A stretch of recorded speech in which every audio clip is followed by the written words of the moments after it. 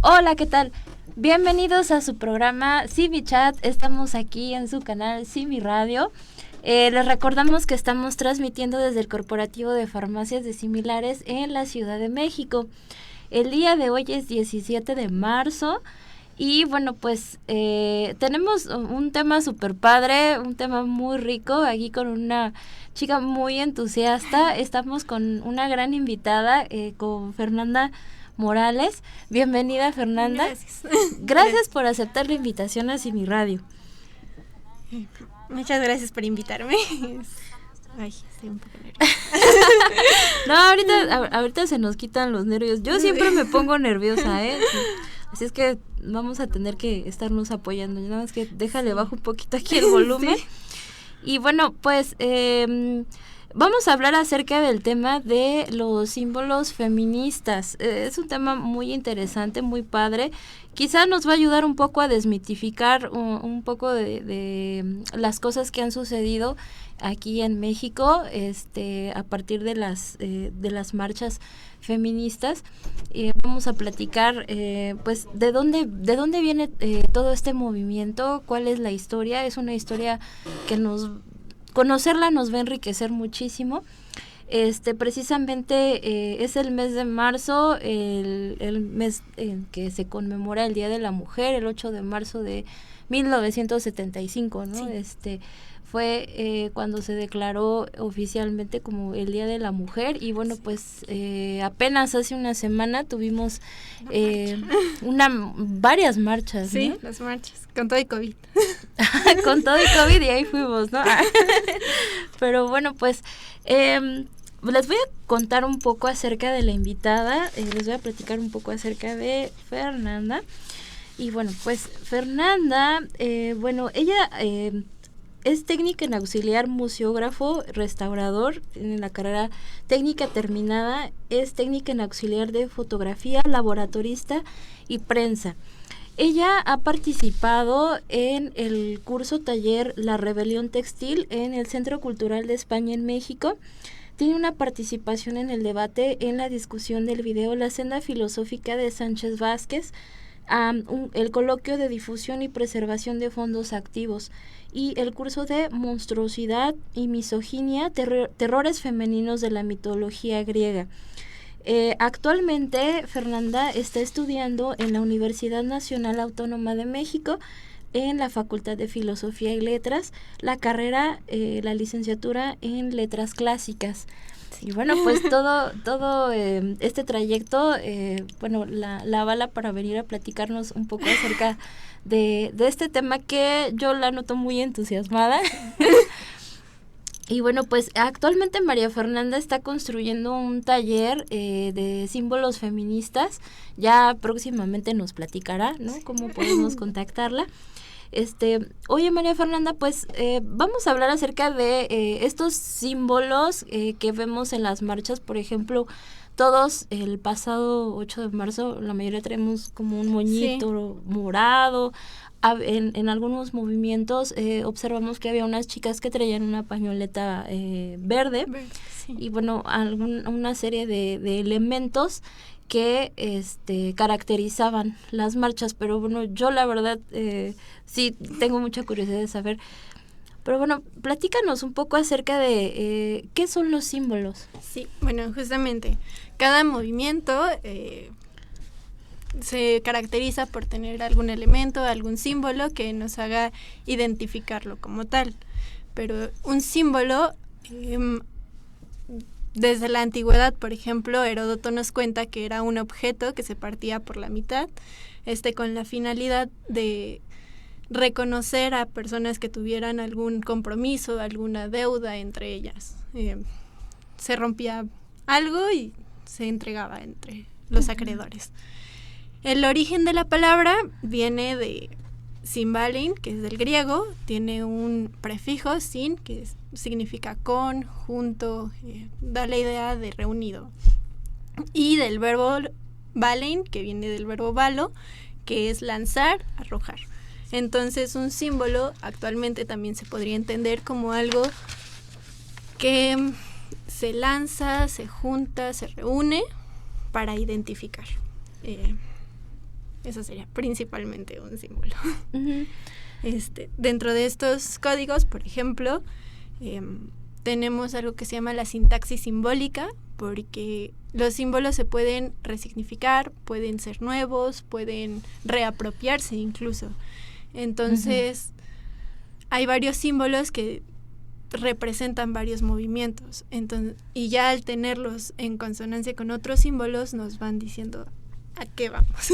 Por ejemplo, y adelantándome un poco al tema, hay un símbolo que es el del triángulo, que también muchas veces vemos que hacen. Ese triángulo tiene un origen un tanto oscuro porque surge dentro del régimen nazi, donde pues clasificaban a todos. Los clasificaban como comunistas, como gitanos, como homosexuales, como judíos. El de los judíos es muy obvio, ¿no? Es la estrella de David. El de la estrella, el del triángulo es el de las mujeres, y otros grupos. De ahí viene el símbolo del triángulo. Y no es exactamente positivo. Después el feminismo lo retoma y dice, no, es que este símbolo debe de permanecer para recordar a todas las mujeres, a todos los homosexuales, a todos los que murieron dentro de ese régimen. Y para que vean que aquí sigue la resistencia, que aunque los intentaron matar, aquí los seguimos recordando. Y esa es una manera de resignificar. Sí, de reapropiarte incluso, de como tomar todo ese dolor que causó el movimiento y sacarlo en otra cosa. Para esta sintaxis se ocupa ya sea el tiempo en el que se ocupa este símbolo, el espacio incluso, o una mezcla del espacio y el tiempo. Y bueno, el símbolo se puede dar por una manera convencional, accidental o universal, una mezcla de todas. Sí, por ejemplo, lo veremos que es convencional en el símbolo del pañuelo verde. Y ya, no tras eso. Antes, para no adelantarnos. Sí, para no adelantarnos, porque si no...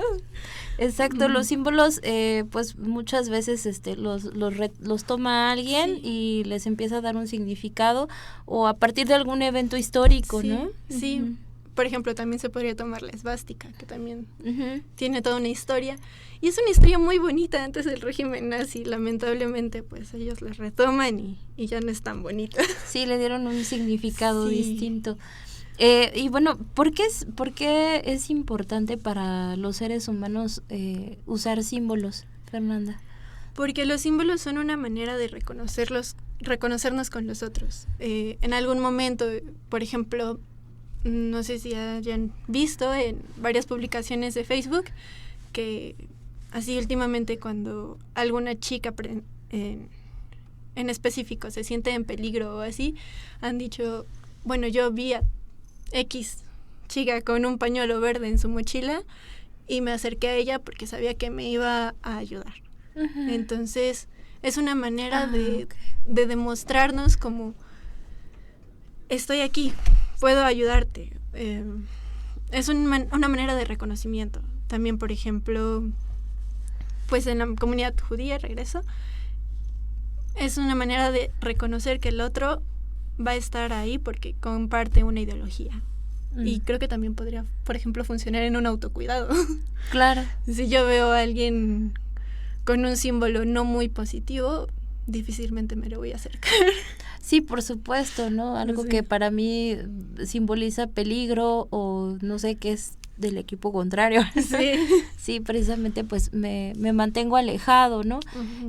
Pues sí, usamos símbolos creo que en todos los elementos o escenarios de nuestra vida, ¿no? Sí. Prácticamente. Sí. Usamos símbolos para identificarnos con un grupo y símbolos para hacer solamente como señalar, ¿no? Algunos espacios, algunos eventos, algunos momentos históricos. Y en este caso, bueno, creo que hay varios símbolos que representan como el movimiento feminista, que ahorita les vamos a platicar un poco platícanos un poco acerca de la historia de este movimiento feminista. Yo creo que sí es muy importante que conozcan su historia, ¿no? Para comprender sus símbolos hay que Exacto. Sí. Ok, el feminismo generalmente se estudia dividiéndolo en las conocidas olas del feminismo. Muchas veces las dividen en 3, 4 olas. Se me hace una manera fácil de dividirlo. A mí, por ejemplo, muchas veces en eventos clásicos, por mi carrera, siento como que podrían también catalogarse, pero sería difícil por términos que serían anacrónicos, así. Pero bueno, nos quedaremos como con estas 4. Estas 4 olas, la primera surge en el tiempo de la Revolución Francesa, del siglo de las luces, la Ilustración. ¿Cómo surge? Algo que detonó la Revolución Francesa es el Tratado de los Derechos del Hombre y del Ciudadano, que nos hace replantearnos toda esta igualdad, pero eso es muy interesante porque también es la igualdad entre varones blancos libres. Porque obviamente en esta igualdad de la Revolución Francesa no estaban contempladas ni las mujeres ni los esclavos negros. Es como cuando a muchas mujeres les empieza a parecer muy injusto esto. Tanto así que, por ejemplo, Olympe de Gouges saca su Declaración de los Derechos de la Mujer y de la Ciudadana. Olympe de Gouges aportó muchísimo al feminismo francés. También era antiesclavista, tiene varias obras en las que habla de que tener esclavos está mal y se les tiene que asesinar. Ella termina también muerta en la guillotina, lamentablemente, porque defiende al grupo de los Jordinos, que es un partido político dentro de Francia. En algunos de sus tratados sí se ve un poco idealista, la verdad. Ahora, por ejemplo, viéndola desde los privilegios de clase, que a veces se hablan mucho en el feminismo actual, pues sí se dice como... Señora, estaba pues es muy que adelantado. es que no estaba viendo esta parte, porque por ejemplo en una ella invita a los ciudadanos franceses, todos los ciudadanos franceses, ricos y pobres, a dar una parte de su salario a una arca pública para que Francia pueda salir de estos problemas económicos. Pero pues obviamente pues, la población más afectada pues se quedó como de, si apenas sí tengo para sobrevivir, ¿cómo le voy a llevar dinero a la arca pública? Sí, por supuesto. Entonces, bueno, es discutible, pero es muy buena. Tiene también cosas muy interesantes. La segunda ola también, muchas o vienen de contextos de guerra o a veces también la guerra oprime al feminismo. Por ejemplo, en la Guerra Civil Española muchos de los avances se cayeron, lamentablemente. La segunda ola es ya más propia del movimiento de las sufragistas, que pasa en Inglaterra, también un poco en Francia. Incluso hay una película muy, muy buena, creo yo. También en América Latina, ¿no? También se dieron muchos eventos importantes. Sí, en lo que es todo esto. La tercera ola, bueno, es que aquí hay como el problema, porque la tercera y la cuarta ola luego son fusionadas, pero es cuando empieza a ser la lucha por los derechos reproductivos de las mujeres, con todo el movimiento de la guerra de Vietnam, todo esto, el surgimiento del movimiento hippie, pues muchas mujeres empiezan a replantear otra vez su situación en cuanto a la sociedad. Como muchos de los varones se tienen que ir a la guerra, ellas se quedan, acceden a puestos que antes les eran negados porque pues, ya no hay quien los desempeñe. Y ellas entran y después cuando se los quieren quitar, porque ya regresaron los varones, dicen, ¿por qué? O sea, ¿por qué no voy a poder seguir en esto? Empiezan a notar todas las injusticias. Dentro del movimiento hippie, pues todo es amor, paz, igualdad, compañera, yo estoy contigo, hasta que empiezan a meterse con su intimidad, porque si ellas no quieren, ellos les dicen que entonces están oprimidas todavía por un sistema heteropatriarcal en el cual son frígidas, que son como sus madres. Y entonces ellas empiezan a decir, bueno, pero es que yo no quiero, o sea, si ellos me están oprimiendo al negármelo, ustedes me están oprimiendo también al obligarme a hacerlo. O sea, lo que se tiene que respetar es mi decisión. De aquí surge, también por esto muchas veces se hace separatista. Surgen todas las diferencias, porque hay muchos tipos de feminismos, no hay uno solo. Está el feminismo libertario, el feminismo radical, el feminismo marxista, el feminismo cultural, el feminismo interseccional. Hay diversidad de feminismos. Por ejemplo, el radical es interesante. Sí. Él dice que tenemos que irnos... Sí, tú dilo. Que tenemos que irnos a combatir la raíz. Ok, vamos a irnos a una pausa, Fer, ¿cómo ves? Y ahorita nos platicas acerca de esto tan interesante del feminismo radical. Gracias, Paco.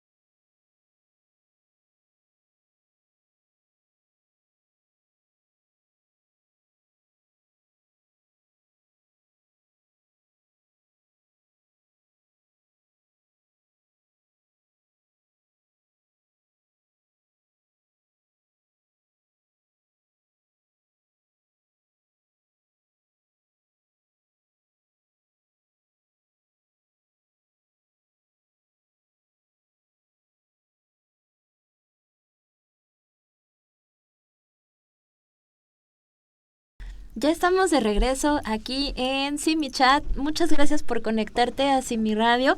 Por favor, compartan el programa, está súper interesante. Y bueno, pues si quieren saber un poco más acerca de el feminismo, la historia del feminismo, sus símbolos, pues quédense con nosotros. Estamos con Fernanda Morales, quien nos va a platicar, a ver, ¿qué es el feminismo radical? Yo también tengo esa duda.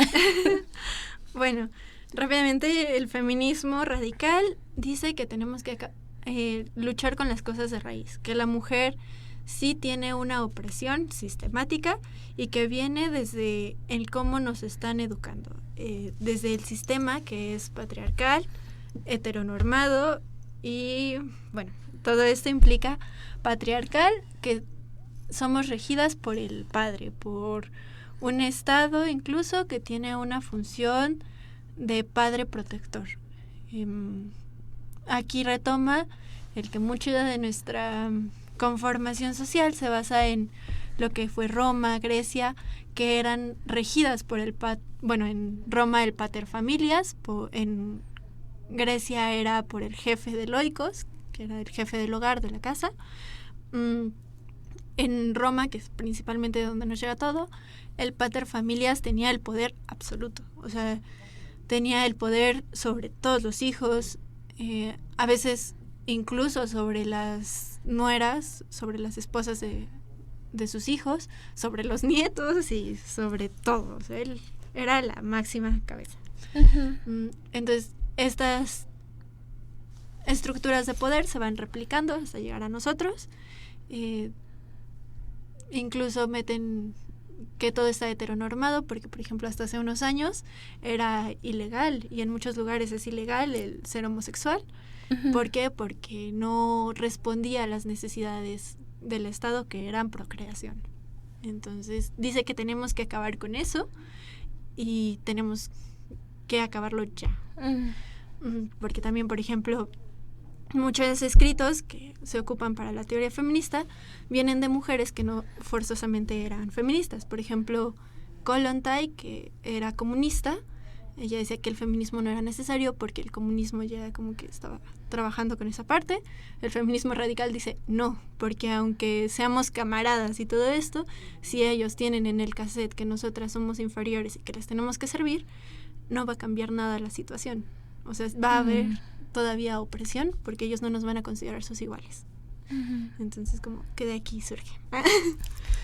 Oye, bueno, síguenos platicando acerca de los tipos de feminismo, ¿no? Bueno, como que esos serían los más importantes. Actualmente, por ejemplo, yo no me considero feminista radical porque muchas veces el feminismo radical excluye a las personas trans. Yo más bien estaría como en una visión del feminismo cultural, el feminismo interseccional, que sí los incluye. O sea, yo creo que las mujeres trans sí son mujeres, los varones trans, bueno, tuvieron en sus primeros años de vida este tipo de opresión. Entonces, también se me hace muy mal que si en la sociedad patriarcal ya se les está excluyendo, que el feminismo también venga a hacerlo, porque sí. eso no es la tirada, inclusive va en contra de la sororidad, que también me gustaría como hablar porque a veces es medio malentendido. Entonces, a veces es difícil. O sea, sí, bueno, parte es muy interesante, ¿no? Parte de los orígenes del feminismo, y quizá debemos recordarlos, ¿no? Que más bien no sé, había en este documental, ¿no? De las sufragistas, precisamente ellas hablaban acerca de que no precisamente dicen, no buscamos los mismos derechos, no buscamos igualdad, que se queden con su igualdad, que se queden con sus derechos. Sí, queremos derechos civiles y políticos para nosotros, ¿no? Y, por ejemplo, todos estos movimientos surgen a partir de que, bueno, había muchas mujeres trabajando en fábricas, en jornadas muy duras y con menor salario, pero eran mujeres que eran el sustento y proveedoras de sus hogares, ¿no? Sí, sí, de ahí también viene esto, ¿no? Porque, por ejemplo, me ha tocado muchas veces que varones me digan como, ¿no que buscaban equidad? Y es como de, no. El feminismo nunca ha buscado equidad. En un principio buscaba igualdad, pero después lo pensó mejor y dijo, pues sí quiero tener una relación de iguales, pero no en este sistema que nos afecta a todos. O sea, quiero un sistema de iguales en algo nuevo, en unos fundamentos diferentes. ¿Por qué? Porque, por ejemplo, la equidad, había una imagen que a mí me encantaba de unos niñitos y unas cajas, ¿no? La equidad era darle a cada uno lo que necesitara. Y entonces eso ha llevado a muchos malentendidos. Por ejemplo, en esto de que les pagaban menos, porque en esta visión patriarcal el varón es el sustento de la familia. Entonces, si el varón es el sustento de la familia, la mujer simplemente es un apoyo. Entonces, el que tiene que ganar más es el que mantiene a su familia, el varón. Y la mujer, pues como tú trabajas porque quieres, porque el que te tiene que mantener es su marido, pues te pago menos, ¿no?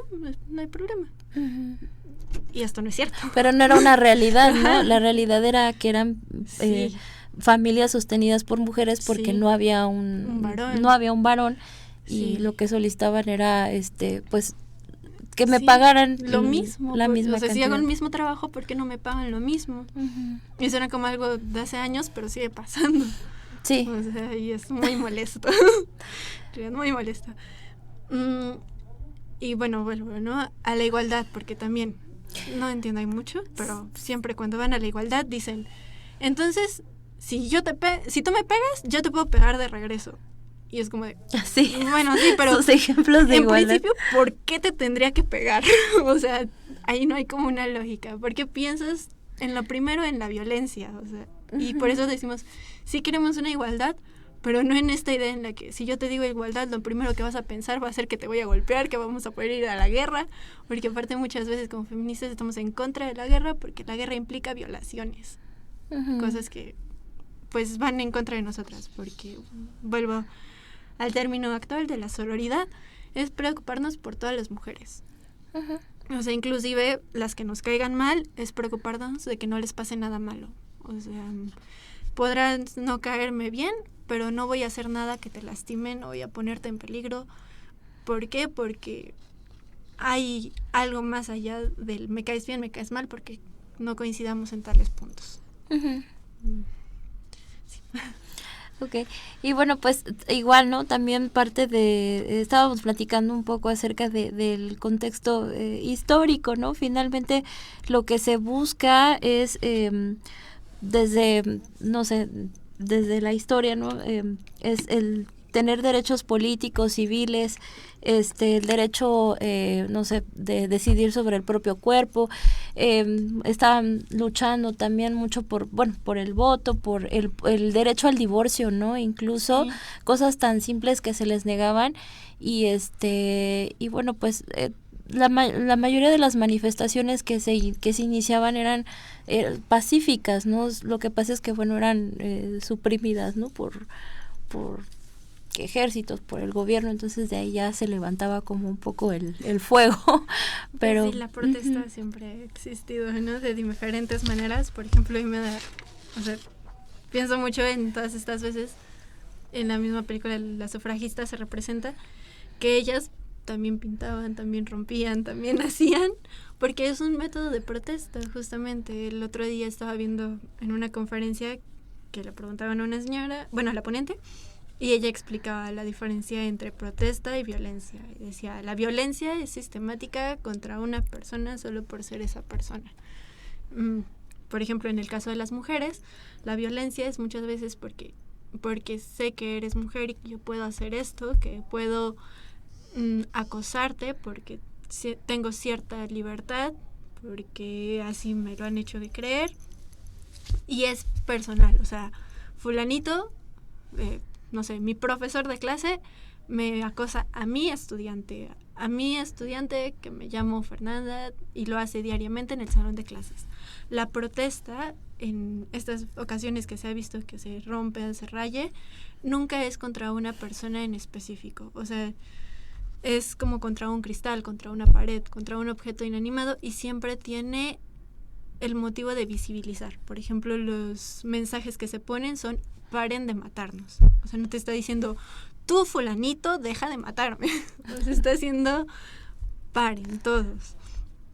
Y no está haciendo contra una persona en específico, está haciendo en lugares en los que se pueda denunciar ante toda la población, que pase ante todo el pueblo, ante todas las personas que vean ese mensaje. Uh-huh. Claro. Oye, Fernanda, bueno, platícanos un poco acerca de la diferencia entre los símbolos femeninos y los símbolos feministas. Claro, el símbolo femenino es, bueno, aquí partiríamos de que el concepto de la feminidad es algo que también, por ejemplo, el feminismo está intentando derrocar, porque todas somos mujeres. O sea, no hay algo que me haga más o menos mujer, como se nos ha hecho creer.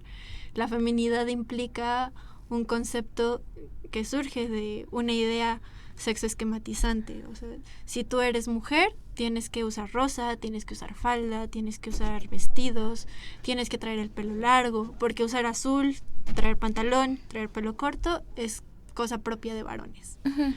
Nosotros decimos no. O sea, yo uso pantalón y soy igual de mujer que cuando uso falda. Los símbolos feministas implican un contexto ya propio del símbolo que estamos portando, implican una afinidad con ideas como la liberación de nuestras acciones, la liberación de cómo vestir, de cómo actuar, de cómo ser, de en qué trabajar inclusive. Uh-huh.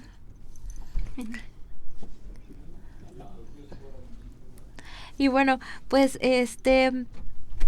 no sé si nos puedes platicar, bueno, después de este corte, un poco acerca de cuáles son los símbolos feministas que se han usado en México. Gracias, Paco.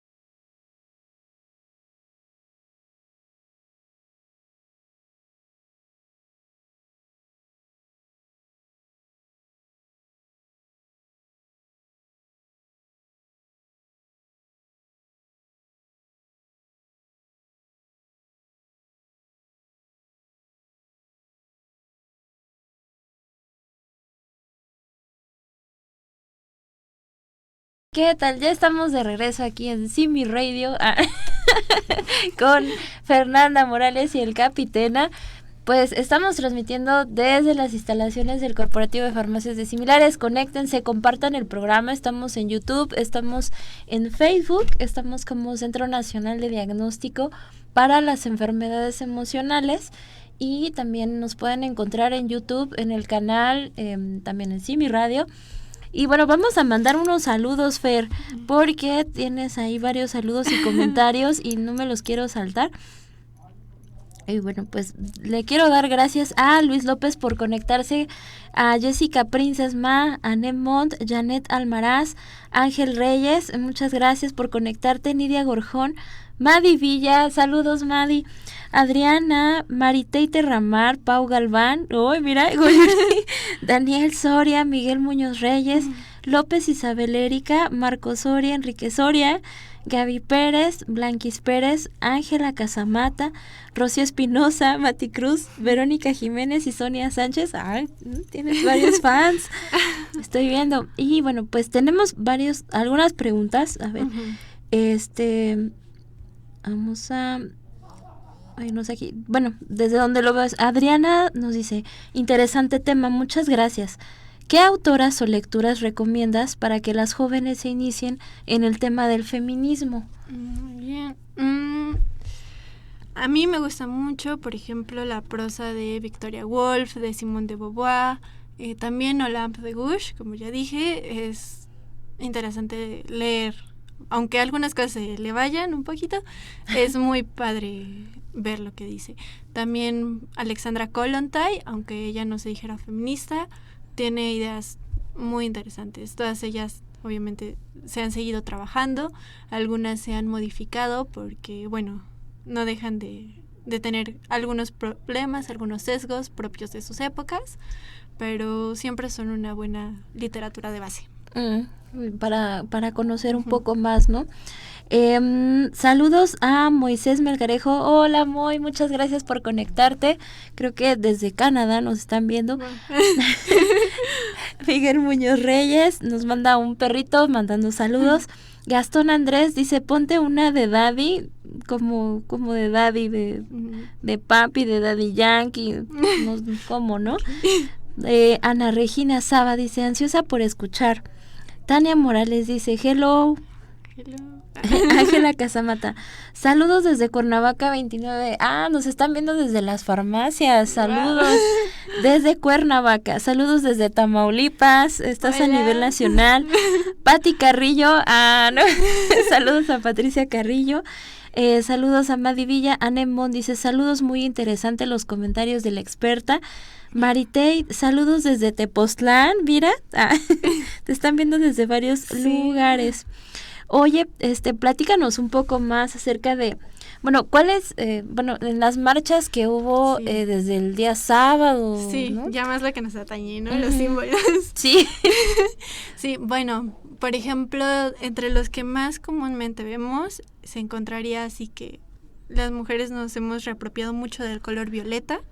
Este color que, por ejemplo, ahora en las fotos hasta se dijo que la naturaleza estaba de nuestra parte, porque marzo es el mes de las jacarandas, entonces hay fotos muy bonitas en las que está el Monumento a la Revolución y las jacarandas moradas, y alrededor todas nosotras también con cosas moradas, verdes, entonces es algo muy bonito. Este color, su origen hay su origen como mítico, su origen que todo el mundo le quiere encontrar razón de ser. Tiene un origen triste, sí, porque las dos hipótesis que se tienen implican la muerte de trabajadoras que, fueron en condiciones infrahumanas. Esto sucede en Nueva York, en Estados Unidos, donde hay tiendas en las cuales no querían tener pérdidas, entonces las estaban acusando de robarse algunos insumos y lo que hicieron fue encerrarlas. Fábrica Cotton, ¿no? Sí. Sí, también otra que ponen a veces es Textile Factory y Triangle Cirlist, algo así. Entonces, Es en estos lugares en los cuales las encierran. Algunos dicen que hubo una falla mecánica o no se sabe muy bien cómo. Inicia un incendio, estas mujeres no pueden salir. Y bueno, hay como una leyenda urbana en la que se dice que por los químicos que utilizaban, el humo que salió de la fábrica era morado y que por eso se ocupa el color morado, para recordar a estas mujeres. Otra vez, hablando del tema de recordar a las que murieron en todo esto, ¿no? Todo es para no dejar morir estos hechos, estas injusticias que sucedieron, porque pues dicen que recordar es vivir, ¿no? Entonces no tenemos que perder el objetivo de la lucha, que es para recordar a las que ya no están y para evitar que esto siga pasando con las que vienen. También, por ejemplo, en el color de las mujeres que iniciaron el movimiento sufragista, ellas usaban el púrpura porque el púrpura es el color real. Era, por ejemplo, por muchos años en las cortes europeas el púrpura estaba limitado a los miembros de la realeza, o sea, ni siquiera a los nobles, era para el rey, la reina y los príncipes, simplemente. Entonces, esto era como una analogía muy bonita de que el morado era el color de la sangre real que fluye por las venas de las feministas. Entonces era muy bonito. Ellos lo utilizaban en una tríada de colores, que era así: el verde, también era el blanco, que representaba la pureza en la vida privada y pública, y el verde, que era por el color de la esperanza, la primavera, todo esto. Después, nosotros solo, en estos como sentidos, solo nos quedamos con el morado, recordando a las compañeras que murieron. Después viene el color verde, que también, o sea, siempre vemos como chicas con el pañuelo morado o con el pañuelo verde. La historia del pañuelo verde surge en Argentina, además. Aquí es porque en este como código de colores, en Argentina el verde no había sido ocupado por ningún partido político. Entonces, como el feminismo es apartidista, no querían nada que representara a algún partido político y eligen el verde.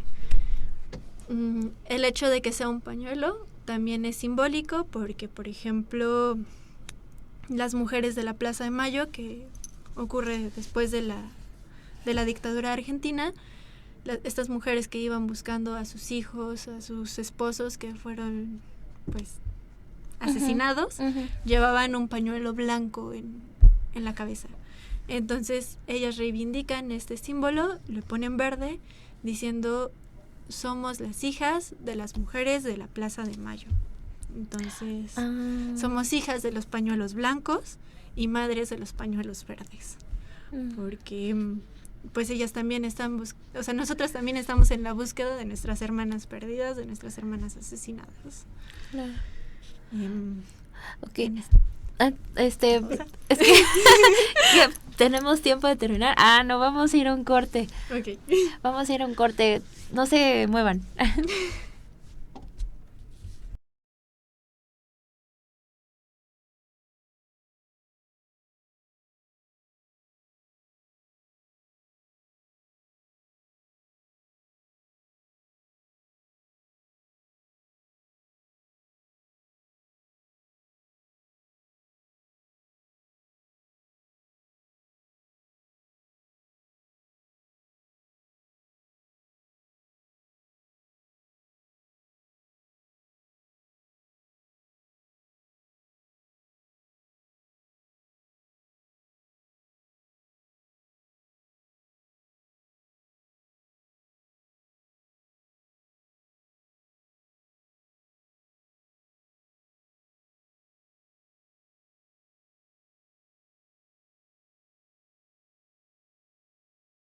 Listo, ya estamos de regreso con Fernanda Morales y bueno, pues vamos a terminar esta idea tan interesante que nos quedamos en pausa. Bueno, como decía, el pañuelo verde, entonces es verde por no tener ninguna afiliación a ningún partido político de Argentina. es un pañuelo porque representa a las mujeres de la Plaza de Mayo que perdieron hijos, esposos durante la dictadura argentina. Y bueno, muchas veces tiene como este símbolo de un lacito, que es más bien un abrazo. Esa fue aportación mexicana. Es una chica argentina que lo vio en redes sociales, le gustó y se lo unió al pañuelo, ¿verdad? Entonces, por eso el que es como un lacito es en realidad un abrazo. No lo sabía. Sí. Bueno, te decía, es que tenemos varias preguntas, de repente surgieron y bueno, pues no quiero quedarme así. Dice David Bon, hola David, muchas gracias por conectarte. Hola, buenas tardes, saludos. Una pregunta, ¿un hombre por solo el hecho de ser hombre no puede apoyar y ser parte del movimiento feminista? Claro que puede apoyar, pero, y aquí es creo que en lo que no les gusta, puede apoyar de las maneras en las que nosotros les pedimos que apoyemos, que muchas veces no son maneras visibles. Por ejemplo, en el hecho de las marchas, nosotros siempre pedimos que sean separatistas porque hay mujeres que no se sienten preparadas para estar conviviendo con hombres. ¿Por qué? Porque fueron violentadas de alguna u otra manera, en una ocasión o en varias durante su infancia, su adolescencia, su adultez, y esto genera que es un ambiente no seguro para ellas, y nosotros lo que buscamos en las marchas es estar seguras todas, que todas se sientan seguras, protegidas. De hecho, de ahí surgen cosas como, hermana, esta es tu manada.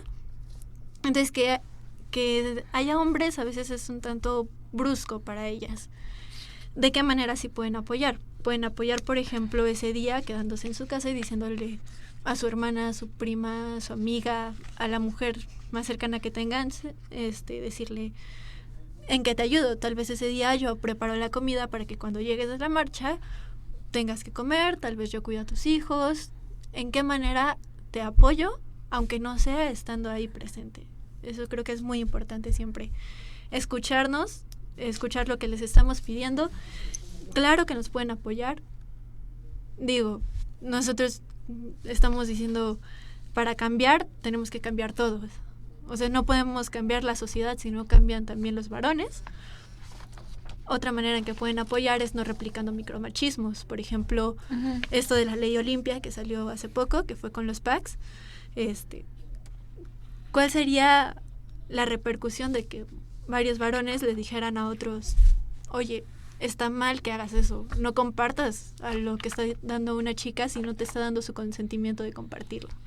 Creo que esas acciones, aunque no sean muy visibles, ayudan mucho y generan un gran cambio. Entonces, así pueden apoyarnos. Gracias, Fer. Lucy Soto, muchas gracias, excelente tema. Luis López nos dice, interesante tema, saludos desde las Viciardillas, saludos a los compañeros de Viciardillas.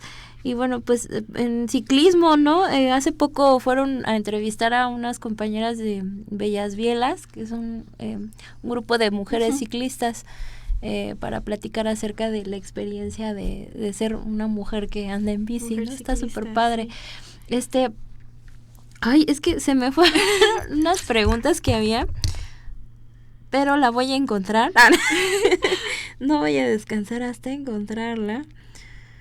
Dice, muy interesante, Carly Argüéndez, dice,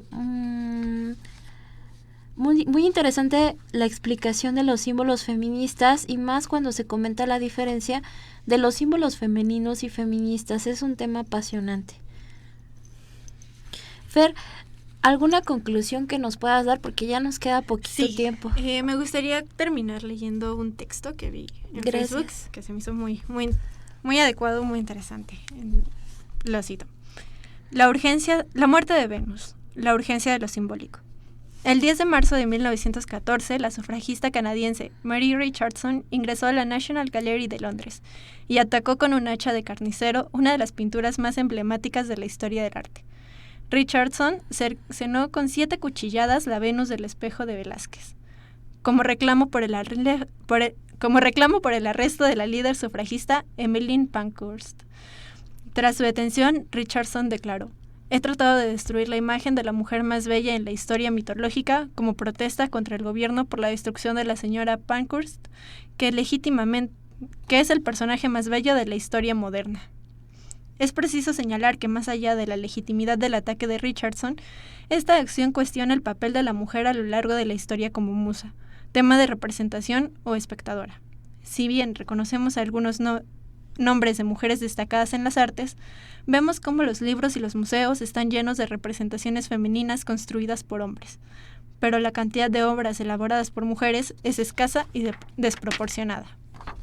Mary Richardson, en un acto, decide apoyarse en el poder simbólico del arte, usando su lenguaje para matar con el hacha de esta representación de la mujer social, entendida como Venus, un ideal de existencia pasiva subordinado al goce de los sentidos, acto con el cual reclama el paso a la mujer que se reconoce como parte esencial de la construcción del pensamiento crítico y autónomo de cualquier sociedad, considerándolo apenas justo mediante la defensa de otro acto simbólico, el sufragio.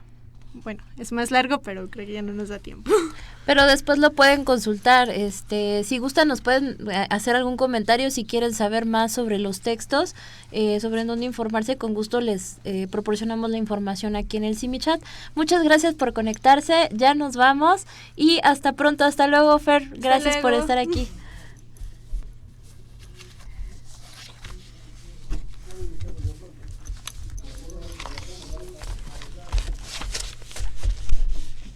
¿Listo?